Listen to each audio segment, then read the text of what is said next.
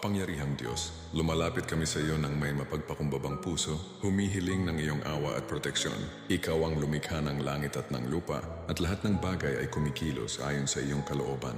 Panginoon, naririnig namin ang tungkol sa The Big One, isang malakas na lindol na kinatatakutan ng marami. Ngunit nagtitiwala kami sa iyo, O Diyos, sapagkat ikaw lamang ang makapaghihinto sa pagyanig ng lupa at makapagsasanggalang sa iyong bayan laban sa kapahamakan. Dalangin namin na iligtas mo kami sa ganitong sakuna. Patatagin mo ang lupang aming tinutungtungan at ipagkaloob mo ang kapayapaan at kaligtasan sa aming bayan. Kung ito'y iyong pahihintulutan, bigyan mo kami ng lakas, tapang at pagkakaisa upang kami magtulungan at magdamayan.